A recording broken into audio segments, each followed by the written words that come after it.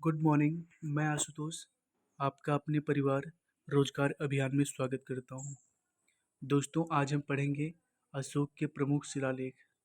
दोस्तों, मैं आपको बता दूं कि इस टॉपिक से हर एग्जाम में क्वेश्चंस पूछे जाते हैं, तो उसी को ध्यान में रखते हुए हमने ये टॉपिक उठाया। ओके दोस्तों, मैं आपको बता दूं कि इसमें जो पहला शिलालेख है, पहला शिलालेख में ये बताया गया है कि पशु बलि की निंदा की गई है इस शिलालेख में। ओके, पशु बलि की निंदा कहने का मतलब ये हो जाता है कि जो जानवरों की हत्या या जानवरों की बलि जो दी जाती थी, उसकी निंदा की गई है। ओके, हमारा इसमें दूसरा शिलालेख है।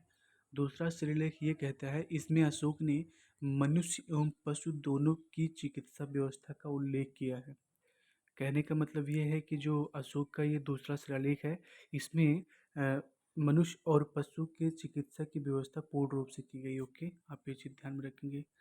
तीसरा श्रीलेख इसमें हमारा ये कहता है कि इसमें राजकीय अधिकारियों को यह आदेश दिया जाता था कि वह हर 5वें वर्ष के उपरांत दौरे पर जाएं। ओके, आप ये चीज़ ध्यान में रखेंगे कि उनसे ये इतना बोला जाता था कि वो हर 5वें वर्ष अपने दौरे पर जाएं, मतलब पूरे राज्य का एक दौरा करें। और इस शिलालेख में कुछ धार्मिक नियमों का भी उल्लेख किया गया है, आप ये चीज़ ध्यान में रखेंगे। ओके, तीसरा शिलालेख क्या कहता है? तीसरा शिलालेख ये बोलता है कि राजकीय जो अधिकारी होते हैं वो हर 5वें वर्ष के उपरांत अपने राज्य के दौरे पर जाएं और वहाँ का जो भी डाटा है वो हमको निकाल के दें। ओके, चौथा शिलालेख ये कहता है, इस अभिलेख में भेरी खोज की जगह धम्मभोज की घोषणा की गई है। ओके, तो आप ये चीज़ ध्यान में रखेंगे।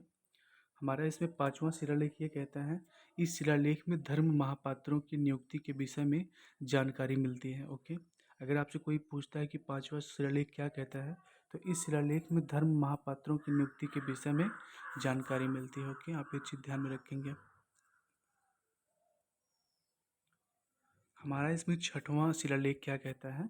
इसमें आत्मनियंत्रण की शिक्षा दी जाती है। आत्मनियंत्रण कहने का मतलब ये हो जाता है कि जैसे कोई काम कर किया जाता है तो उस पे आत्मनियंत्रण कैसे रखा जाए अपने आप पे, उस चीज़ के बारे में छठवां शिलालेख बताता है। ओके, और हमारा इसमें सातवां और आठवां शिलालेख क्या कहता है? क्योंकि ये दोनों कंबाइंड है तो ये दोनों छोटे से हैं, तो मैं इसको एक कंबाइंड करके मैं आपको बता दूंगा।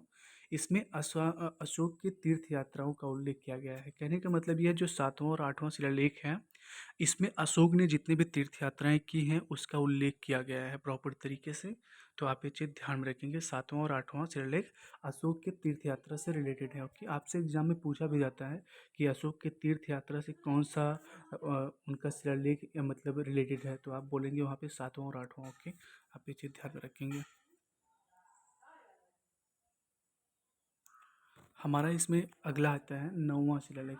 इसमें ये बताया गया कि इसमें सच्ची भेंट तथा सच्चे शिष्टाचार का उल्लेख किया गया। कहने का मतलब ये कि रिस्पेक्टफुल जो भी है, मतलब राजा के प्रति जो भी रिस्पेक्टफुल और भेंट उनको दिया जाता है और उनका जो आदर सम्मान किया जाता है, इस शिलालेख नौवें शिलालेख में बताया गया है। आप इसे ध्यान में रखेंगे। ओके, 10वां शिलालेख जो है हमारा, इसमें अशोक ने आदेश दिया है कि, जैसे आप इसे ध्यान में रखेंगे, इसमें अशोक ने आदेश दिया है कि राजा तथा उच्च अधिकारी हमेशा प्रजा के हित में सोचेंगे।